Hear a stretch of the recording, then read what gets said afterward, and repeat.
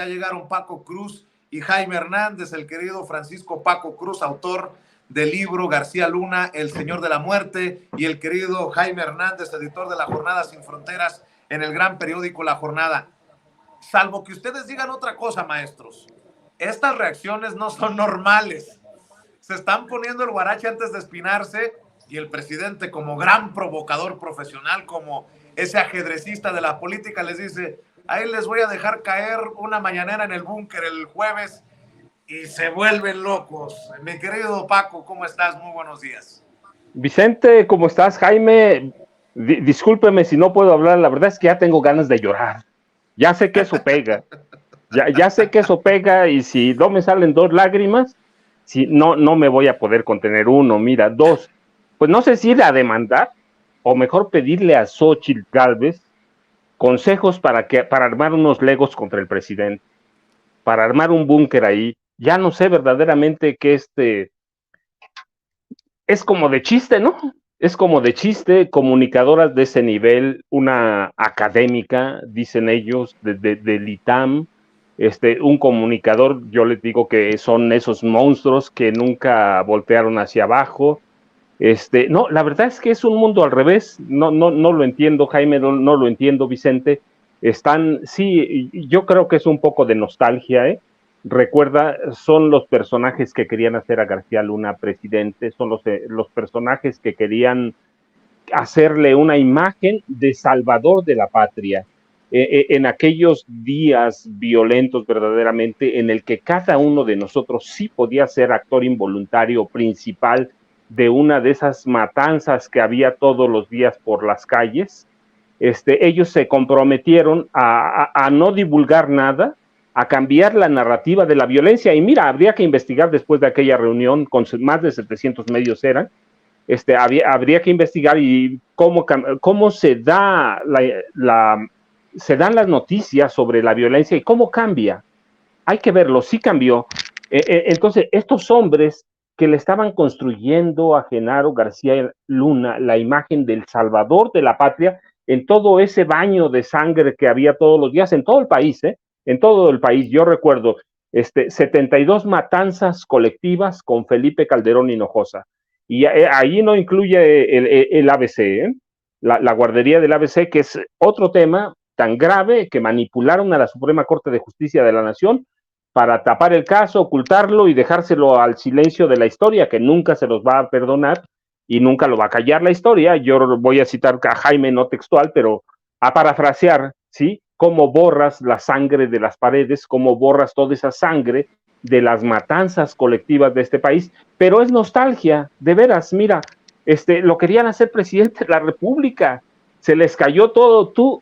Imaginen ustedes que verdaderamente García Luna hubiera sido candidato presidencial contra Peña. No, pero le hubieran golpeado Peña, se la hubieran quitado, lo hubieran aplastado, pero no les pegó el programa. Recuerden, 120 millones pagó Televisa, lo supervisó Alejandra Sota, que era la coordinadora de comunicación social de la presidencia, era la mujer de confianza del presidente. Entonces, tiene nostalgia, y sí, verdaderamente yo entiendo cuando Denise Dresser quiere llorar, cuando la senadora quiere llorar, o llora más bien, porque a mí me dan ganas. Mira, el Conejo Poveda, recuerden, cuando testifica allá en la Corte de Nueva York, llora. Yo digo, pues sí, ganaba $40 millones al mes, ¿cómo no voy a llorar? Pues lo mismo digo de Ciro, lo mismo digo de Denise, pues ganaban lo que querían a través de triangulaciones informativas, triangulaciones propagandísticas que metían como información, que esa es la realidad. Entonces, ¿cómo no? Pues sí, yo también, y seguramente voy a ir a demandar entonces. ¿Por qué? Pues por lo que sea, pero voy a demandar, porque yo sé que eso pega y se están curando en salud, no, mira, no digo que están pervirtiendo al periodismo, ya estaba pervertido, y ellos están en su papel de sicarios, de mercenarios de la información. Están queriendo seguir engañándonos. Por cierto, para que le aclares a la gente, maestro, antes de ir con Jaime, ¿qué es el búnker? Me dicen, porque hay muchas personas que no saben tal vez de esto que construyó Genaro García Luna.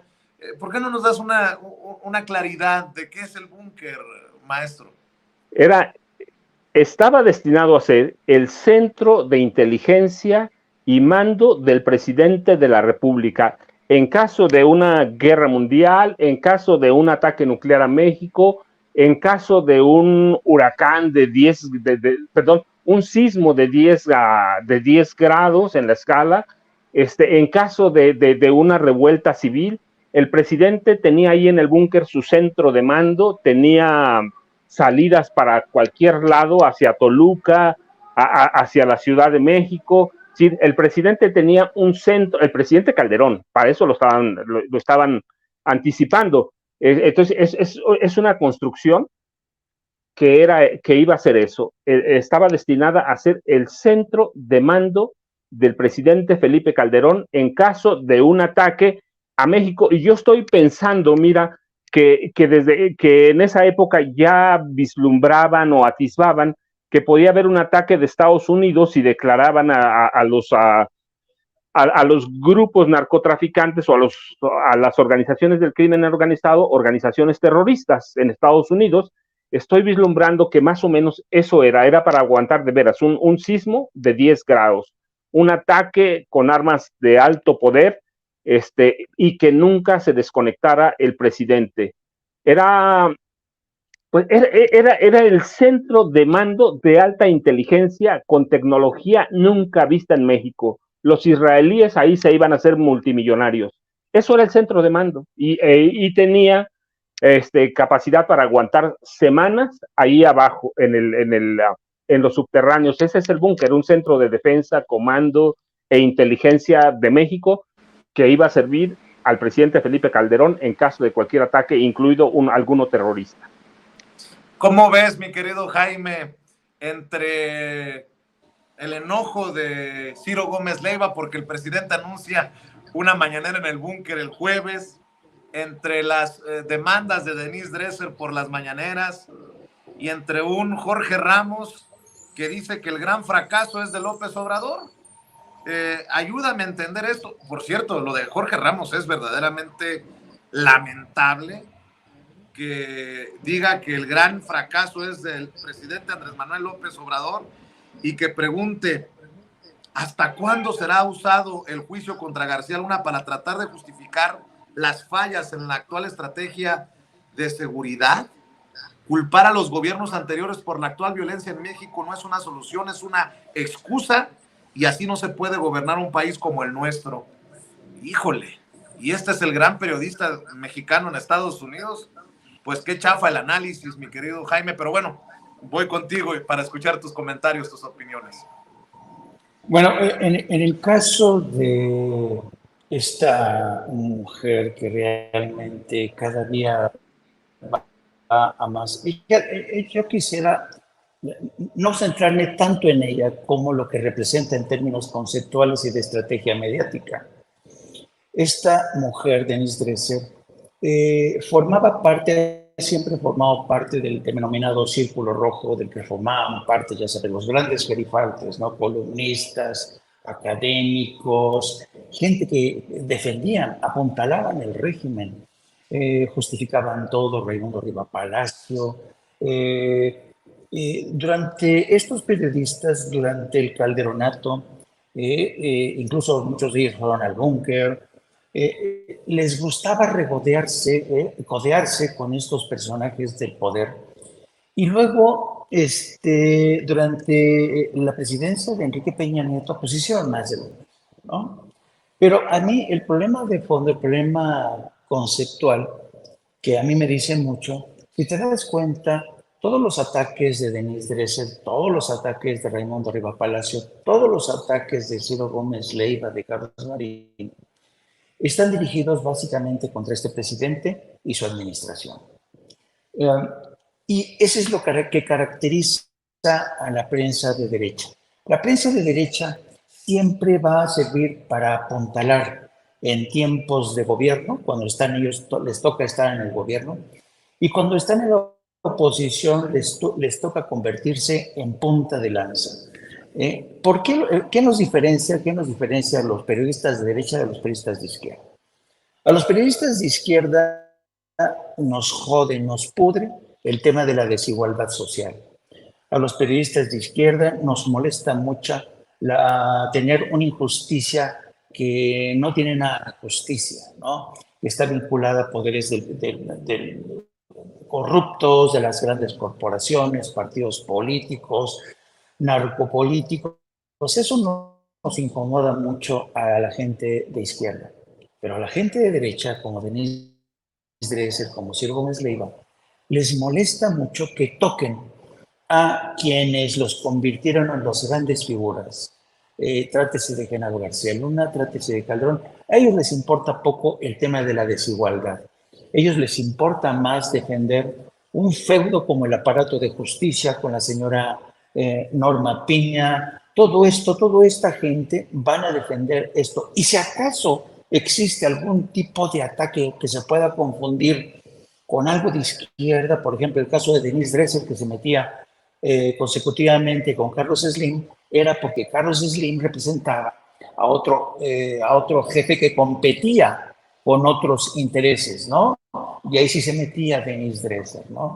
Denise Dresser, yo no sé si se han dado cuenta que periodistas como Denise Dresser, ¿cómo se llama este payaso que sale con Ciro Gómez Leiva en las noches? David Páramo. David Páramo, el que era, todos estos personajes tienen una palabra que suelen utilizar mucho cuando se refieren a ti, cuando están en medio de un debate. Dicen, mira, el día de mañana, cuando seas relevante, podemos discutir. Y esa palabra, ser relevante, tiene que ver con la relevancia que ellos adquirieron cuando les iba bien con el poder. Entonces, para ellos, relevancia significa ser importantes, que su opinión se tome en cuenta. Pero eso era antes. Ahora no. ¿Por qué? Porque ahora se la pasan defendiendo o los intereses de sus patrones, de sus aliados, o defenderse ellos de los insultos de que les llegan, de las presiones que les llegan desde presidencia, donde ya sabemos que el presidente ha inaugurado, y qué bueno que lo ha hecho, estas mañaneras en donde por fin las cosas se dicen como se tienen que decir. Ya basta de subterfugios, ya basta de eufemismos, ¿no? Antes los presidentes se quedaban callando, no actuaban, no utilizaban una mañana para responder a ataques, no, pero te mandaban, te grababan, te espiaban, te encarcelaban, te torturaban. Y Andrés Manuel López, a ver, ¿qué prefieren? ¿Que un presidente como López Obrador le responda desde la mañanera? ¿O que los espíe, los grabe, los torture y los encierre como ocurrió bajo la presidencia de Felipe Calderón? Es una pregunta muy sencilla, ¿no? Y además me llama mucho la atención el descaro de esta mujer, de Denise Dresser, de cerrar su columna, dice, en palabras de Isabel Allende, temo el poder con impunidad, temo el abuso de poder y el poder de abusar. Como si esa frase de Isabel Allende se pudiera trasladar al presente que estamos viviendo hoy. Pues esta señora Dresser realmente toma frases cuando le conviene. Son como de esas mujeres que cortan frases y las pegan como postis en sus refrigeradores de su casa, ¿no? Cuando no tienen ni el contexto en que Isabel Allende pronunció estas palabras y las utilizan para cuando a ellas les sirve y les funciona, ¿no? Entonces, estos medios de la derecha, pues yo creo que no se han percatado que en el fondo la gente ya se percató que ellos lo que están haciendo es servir a sus propios intereses, a los intereses de sus patrones, a los intereses de sus aliados, pero no a los intereses de la mayoría, de esa mayoría jodida que en el 18 dijo, háganse un lado porque ni ustedes ni el poder político han podido cumplirnos. Estos señores que le lanzaban loas al neoliberalismo, le lanzaban, ¿cómo se llama Leonardo, el que tiene este programa en Televisa que le declaró al presidente que él era neoliberal? Ay, no me acuerdo ahorita cómo se Leo llama. Zuckerman. Pero en fin, todos estos defendían, Leo Zuckerman. Ya ves, todo el mundo defendiendo el neoliberalismo, sí, porque creían que el mercado lo iba a solucionar todo, ¿no? Y cuando viene la pandemia, ¿qué es lo que ocurrió? El puto mercado no resolvió nada, tuvo que intervenir el Estado para resolver la mayoría de las cosas. Entonces, esta gente, cuando la realidad da un paso al frente, como fue el caso de la pandemia, cuando la mayoría va a las urnas y les dicen, señores, ustedes han defendido durante demasiado tiempo al poder político, pero han olvidado a los jodidos, a mí me parece que se merecen lo que tienen. Y un último punto. Oye, qué malnacido es Ciro Gómez Leiva, ¿eh?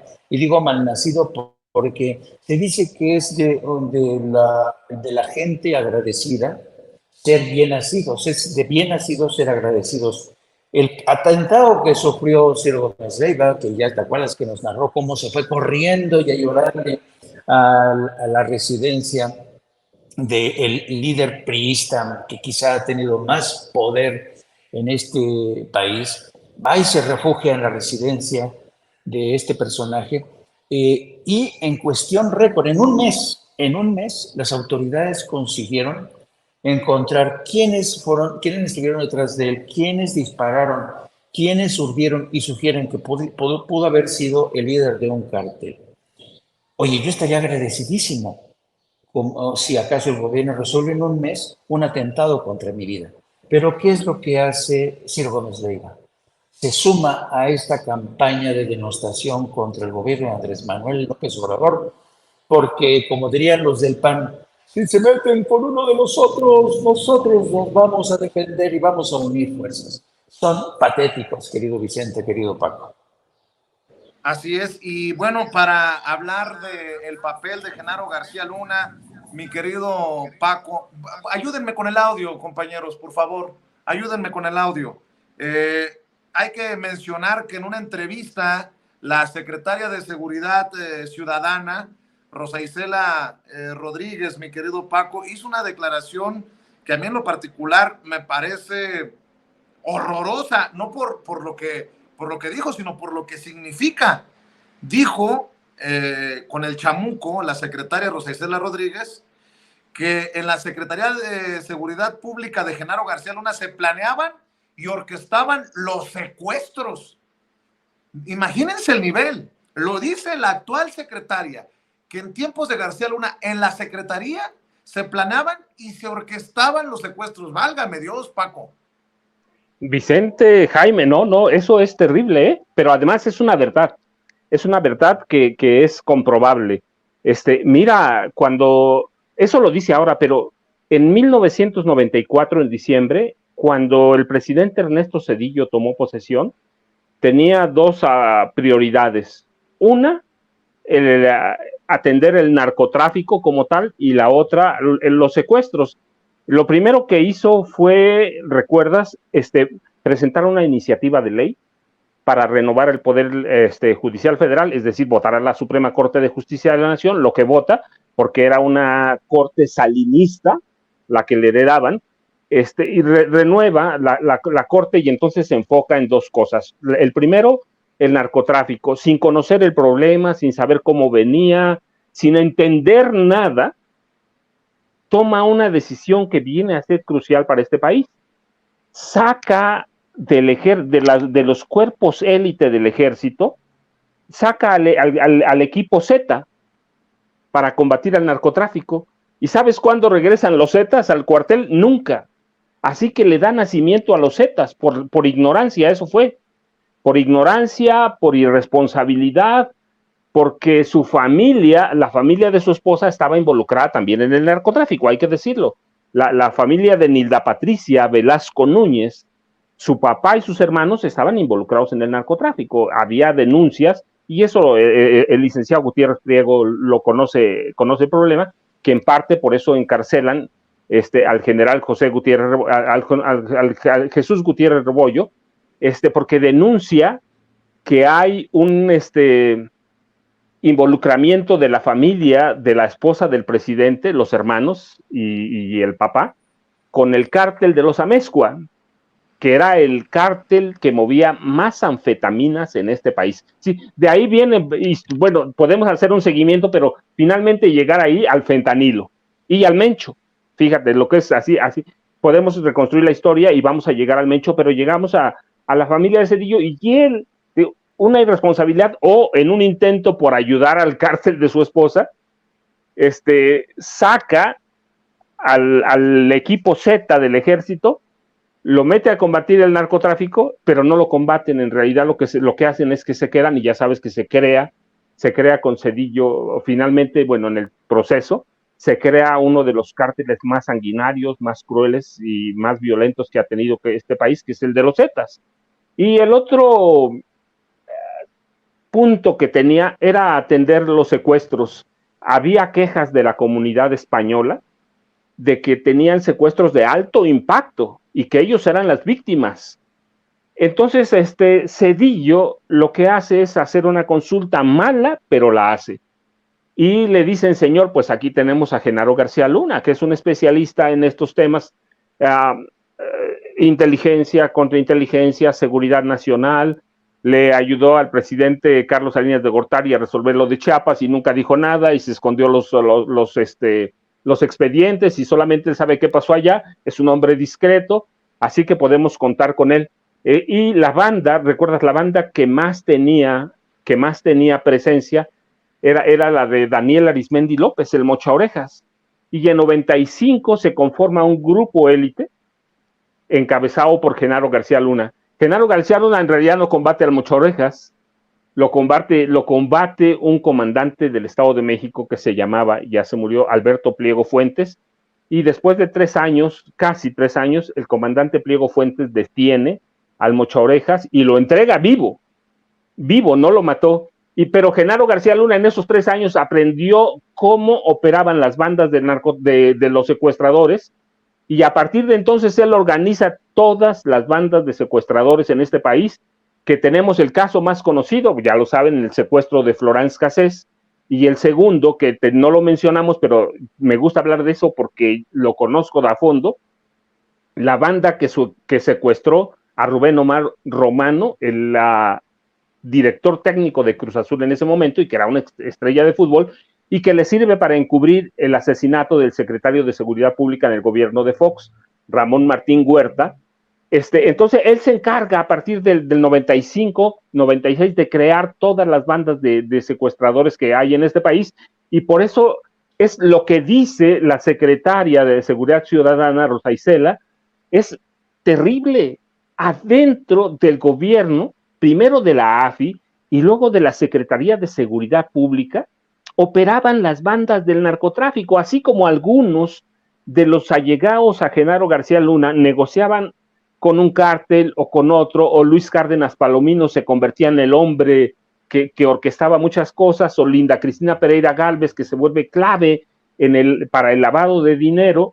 Mira, lo cerramos al rato. Las hermanas de Genaro García Luna, que no se pueden quedar ahí porque una de ellas manejaba la policía cibernética, Esperancita. Entonces, pero bueno, desde ahí empiezan a controlar a las bandas de secuestradores. Entonces es toda una madeja de complicidades que se crea en la AFI y se sigue a la Secretaría de Seguridad Pública e iban a despachar y despachaban en aquel famoso búnker. Tú ves, todo tiene relación. Entonces sí, claro, es terrible la declaración, pero Genaro García Luna, además de controlar al crimen organizado a través de los cárteles, que después se hacen mafia, controla también a las bandas de secuestradores que hay en este país y empieza a negociar, recuerden, con la comunidad judía. Y por eso sale a relucir en el juicio allá en Nueva York, en la corte, la comunidad judía, porque él se acerca a la comunidad judía para negociar con los presuntos o supuestos gobernadores, secuestradores. Así que negocian con los secuestradores, que en realidad era la Secretaría de Seguridad Pública, obtienen rescates y se los quedan, y es todo dinero limpio. Es un negocio redondo, el negocio del crimen. Y esa es la declaración que pasa casi inadvertida, pero la secretaria de Seguridad Ciudadana pone un clavito ahí que de veras, eso nos lleva a desenrollar una madeja que es espantosa en la vida criminal de Genaro García Luna y su familia.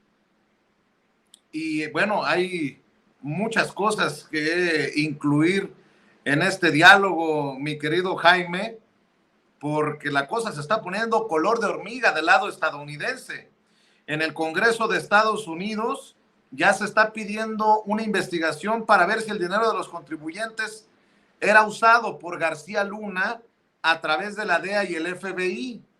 Y bueno, estas declaraciones del exfiscal en tiempos de Trump, que dice que es Andrés Manuel López Obrador, obviamente hay que tener las reservas de quién viene, el señor William Barr, que el exfiscal de Trump dice que Andrés Manuel López Obrador protege a los cárteles y pide al ejército de Estados Unidos combatir a los cárteles mexicanos. Es lo que están proponiendo los republicanos. De hecho, hasta Felipe Calderón anda retuiteando estas cosas, el hijo de Calderón.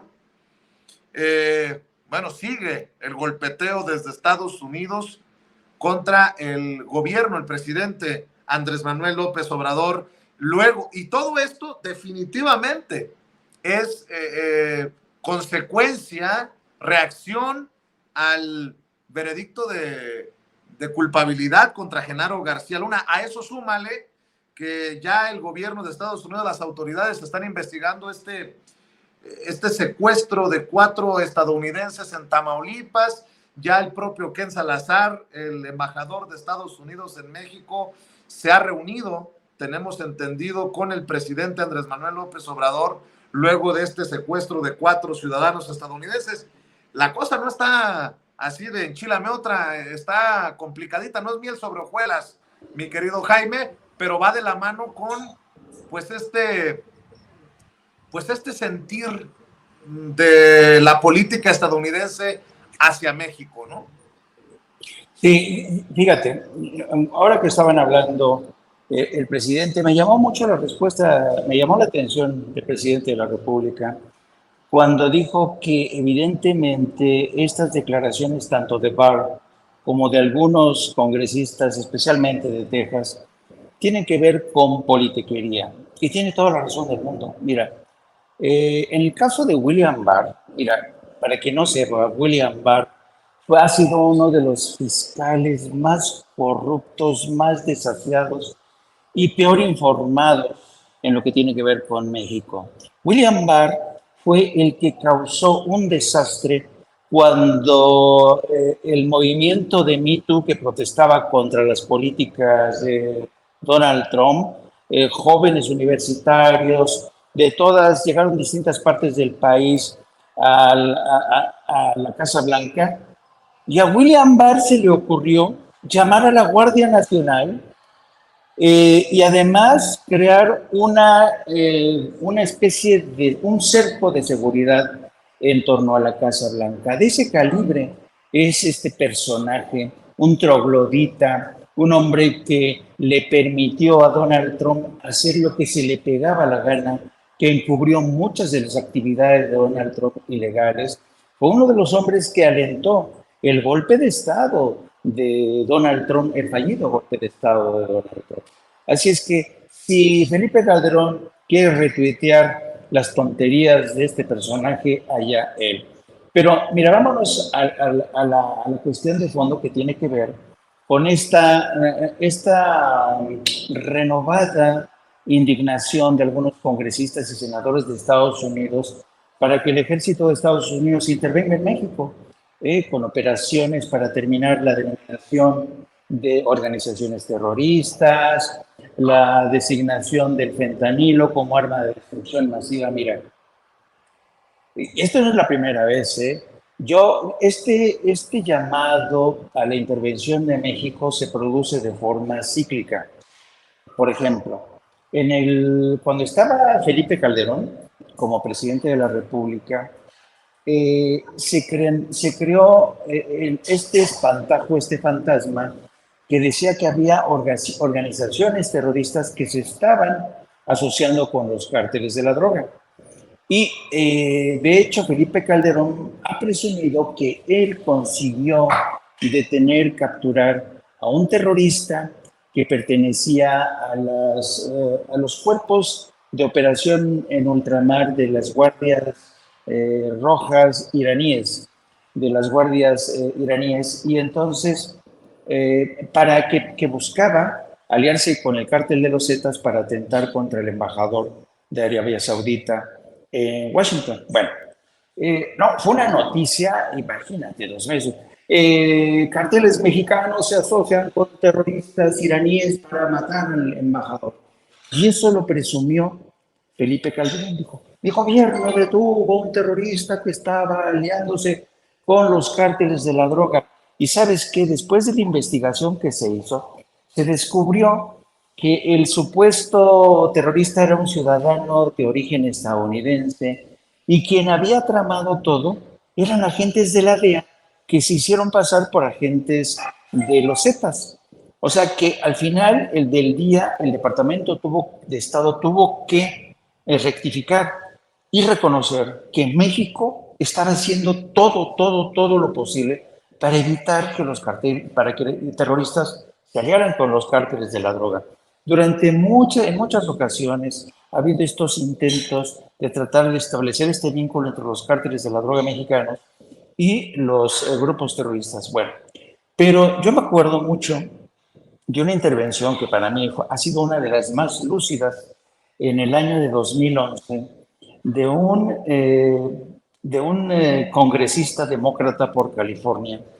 Ya se retiró, pero me acuerdo que tuvo una intervención fabulosa en el 2011 cuando los republicanos insistían en que tendría que considerarse terroristas a los cárteles de la droga. Tenía que hacerse algo al respecto porque ya no era posible seguir de esta guisa. Bueno, ¿sabes lo que les respondió ese discurso de Howard Berman? Les dijo, señores, ya basta de estar construyendo fantasmas, ya basta de estar inventándose fantasmas, por favor. Ya, ustedes cada vez, y son los republicanos los que curiosamente se inventan estos fantasmas para impulsar una política intervencionista de Estados Unidos en México. Así es que henos aquí, una vez más, por parte de políticos republicanos del estado de Texas, que precisamente muchos de ellos impulsaron, junto con congresistas mexicanos y el gobierno de Peña Nieto, la famosa reforma energética. Ellos lo impulsaron. Y por eso ahora están, dale que te pego, con el tema de la amenaza terrorista contra Estados Unidos y están pidiendo que intervengan. Entonces, yo creo que el presidente ha hecho muy bien en presentar esto en un contexto de golpeteo electoral y además tiene que hacer de lado esta reacción tan histérica de medios de comunicación mexicanos. Yo veía la primera plana del Excelsior de hoy diciendo, no, sí, piden intervenir en México, con los mismos alegatos que hace más de 11 o 12 años, querido Vicente. Así es, y bueno, tú ves después de este juicio contra Genaro García Luna que vaya a pasar algo del lado estadounidense, mi querido Paco, o es pura faramaya, porque esto de que en el Congreso están pidiendo una investigación si hubo dineros que se utilizaron en tiempos de García Luna, la DEA, el FBI, todo esto, más allá del ruido del que nos está analizando Jaime, por precisamente querer denominar como grupos terroristas a los cárteles mexicanos. Esto para mí es lo que podría abrir la puerta a algo interesante, ¿no? Pero bueno, dame tu opinión, Paco. Vicente, Jaime, no, mira, yo no creo que vaya a pasar más porque es, como dice Jaime, es cíclico, pero además el presidente Andrés Manuel López Obrador ha sido inteligente en lidiar con ese tema. Lo ha solventado bien, trató bien, bastante bien con Trump, que ahora está agresivo, ha tratado bien, sabe cómo hacerlo, es un político ya muy curtido. Hay quienes no le auguraban, recuerdan cuando empezó nada, cero en política exterior, la verdad es que ha resultado un zorro también, ha resultado un personaje que sabe moverse, que ha estudiado. Entonces yo no creo que en mira, sobre lo del dinero, eso es otra cosa, pero esa es una pelea interna en Estados Unidos. Si Genaro García Luna, si la DEA o algunas otras corporaciones de Estados Unidos usaron dinero del gobierno mexicano para otras cosas, eso sí le interesa a Estados Unidos. Porque recuerda, pues pues cada quien quiere su parte del botín, cada quien quiere, cada dependencia necesita tener lo suyo, así que allá sí puede haber un problema por eso, por el dinero de Genaro García Luna. ¿Lo van a encontrar? Ya lo están encontrando y se lo van a encontrar. Entonces lo que están anticipándose allá es saber a dónde está. Si se usó ese dinero, si lo usó la DEA, ¿para qué lo usó?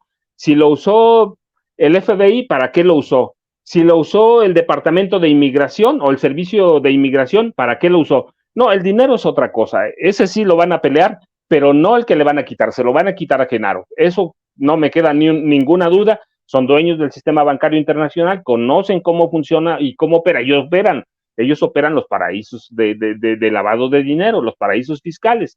Lo que es interesante es a quién se le va a quedar ese dinero. Y si prospera la demanda de México, bueno, pues le va a tocar, hagamos bien, le va a tocar una parte a México. Quién sabe si le va a tocar, pero digamos, le va a tocar una parte. Pero ¿y la parte que se queda, a quién se le va a quedar? Entonces ellos van a pelear eso, te digo, no en el sentido si se la van a quitar o no, sino a dónde está, si se usó y por qué no se repartió bien. Entonces, eso sí. Lo otro, verdaderamente, los periodistas tienen que hacer un ejercicio de narrativa histórico y van a encontrar esas acusaciones y van a encontrar todo, sobre todo cuando ya se acerca una época electoral en Estados Unidos. Y bueno, pues, y también en México, así que hay que tratar de influir sobre Calderón. Bueno, pues mira, es un chiste, verdaderamente es un chiste, es un criminal, no lo han juzgado, pero la historia también se puede encargar de juzgar. Ya juzgamos a Gustavo Díaz Ordaz, es un asesino. Ya juzgamos a Luis Echeverría Álvarez. Bueno, pues la historia también tiene que encargarse de juzgar a Felipe Calderón en algunos delitos. Es un criminal, es un criminal. Hay delitos de guerra, hay delitos de lesa humanidad que se pueden documentar bien. Hay una demanda en la Corte Penal Internacional allá en Europa. Entonces, ese es otro tema. Felipe está tratando de llevar agua a su molino, ya no sabe lo que está diciendo, verdaderamente no sabe. Yo creo que ya está a nivel de Vicente Fox Quesada, están tratando de pescar algo, ya se les acabó el tiempo, ya se les acabó el poder, y verdaderamente a Felipe se le acabó con todas las ambiciones que tenía de llevar a su esposa a la presidencia, o en su caso, a personajes que, como Francisco Javier García Cabeza de Vaca. Es un poquito más de política interna, pero yo dudo que a estas alturas, y así como está la situación, Felipe tenga alguna salida decorosa. Es un tipo que es culpable por lo que sea, por omisión, por complicidad y por delitos que se cometieron en su administración, porque dilapidó más de 400 mil millones de dólares que entraron de petróleo y deuda externa. Entonces, está tratando de llevar agua a su molino, la va a llevar. Está perdida la oposición, pero pues le están haciendo su lucha. Y en Estados Unidos, no, yo creo que no va. En cuanto pasen algunas cosas, esto hasta dentro de 3 o 4 años, otra vez, ¿sí? Vamos a ver si los cárteles mexicanos se catalogan como terroristas para intervenir en México. Que ganas no le faltan, ¿eh? Hay algunos republicanos, algunos demócratas que ciertamente sí tienen ganas, pero siempre van a tener ganas. Así es. Y para cerrar, Jaime, no vayan a salirnos con que a Chuchita la bolsearon los gringos, ¿no? Porque está camarón. Estoy viendo cómo están pidiendo esta investigación para ver si el dinero de los contribuyentes estadounidenses no fue usado por García Luna a través de la DEA y el FBI, y en este esfuerzo no nos quieran decir, bueno, pues de los 700 y cacho millones de dólares que están pidiendo, nos vamos a quedar con tanto. Y es que estoy leyendo esta investigación de Keegan Hamilton para Vice News. Dice: una de las herramientas más sólidas que la defensa legal de Genaro García Luna buscó utilizar para desestimar las acusaciones en contra de su representado fueron unas fotografías en las que se le observó al exsecretario de Seguridad Pública al lado de personalidades de alto renombre de la política estadounidense, desde el expresidente Barack Obama, su secretaria de Estado Hillary Clinton y hasta el exdirector del FBI Robert Mueller. o altos mandos de la CIA como Leon Edward Panetta y Michael Morell sostuvieron encuentros con el exdirector de la Agencia Federal de Investigación, la AFI, e incluso elogiaron e inflaron su figura como el superpolicía de México. Y es por eso que empieza a tomar fuerza que en el Congreso de Estados Unidos, en donde los republicanos se han unido para exigir respuestas sobre cómo el policía de mayor rango en México pudo asociarse con la DEA y el FBI al mismo tiempo que colaboraba con el cártel de Sinaloa en el tráfico de aproximadamente 103,000 libras de cocaína. Te digo, mi querido Jaime, a ver si no nos quieren aplicar esa de Cachuchita la bolsearon, pero ojalá que la boca se me haga chicharrón, dicen.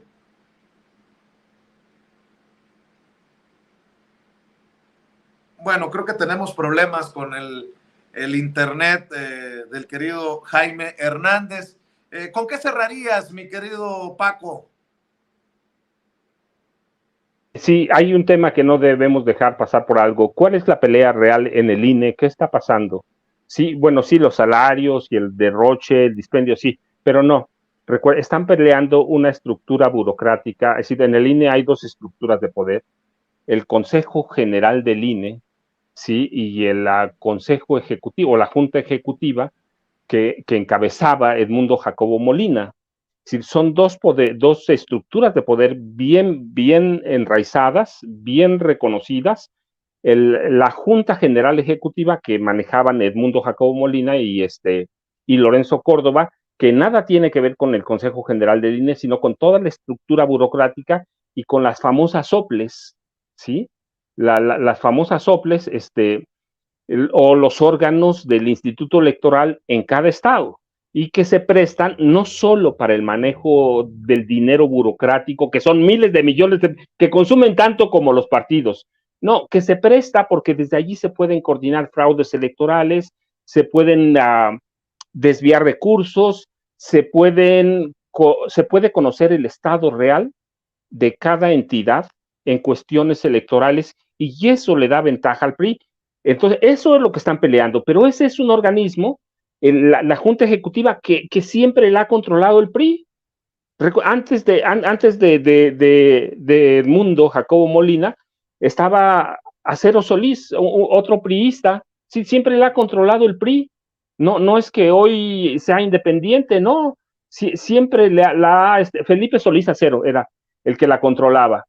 Pero cuando sale, Woldenberg encamina a su pupilo, Edmundo Jacobo Molina. Entonces lo que están peleando es el poder de poder decidir la dirección electoral en los estados, que es un organismo burocrático gigantesco y que es el que recibe gran parte de los dineros o del dinero del poder ejecutivo a través de los presupuestos.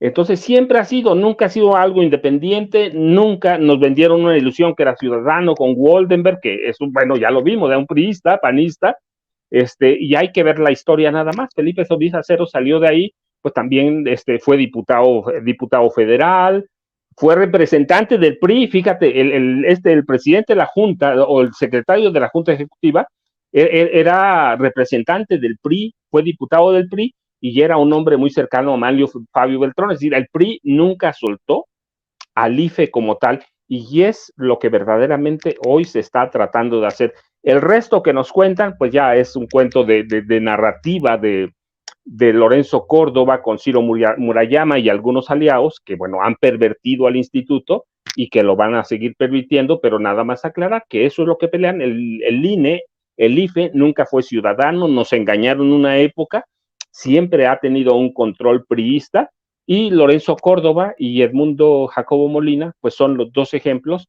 y eso es lo que van a disputar ahora. Yo espero también que la Suprema Corte de Justicia de la Nación pues termine dando la razón a lo que es, a quien es, como es, pero la verdad es que a mí sí, mira, después de todas las decisiones que han tomado a partir de que llegó la ministra, yo digo Norma Peña Castillejos, a partir de ella se puede esperar eso y más de la Corte. Así que es lo que pelean. Con eso yo cerraría, Vicente, y despidiéndome de ti, de Jaime, que espero que se reanude su sistema de internet.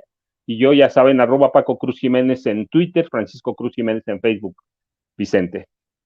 Pues como siempre, agradecido, maestro, por entrarle a la mesa de diálogo aquí en Sin Censura. Te mando un abrazo y quedamos pendientes.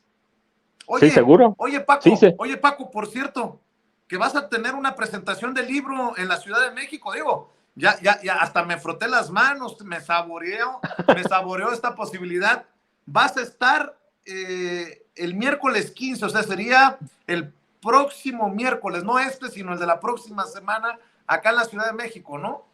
Sí, mira, vamos a estar a las 19 horas.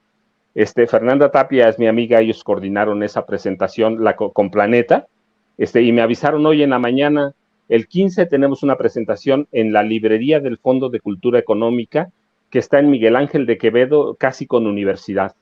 Así que a las 7 de la noche, Vicente, muchas gracias. Mira, ya se me había olvidado por la emoción de la información.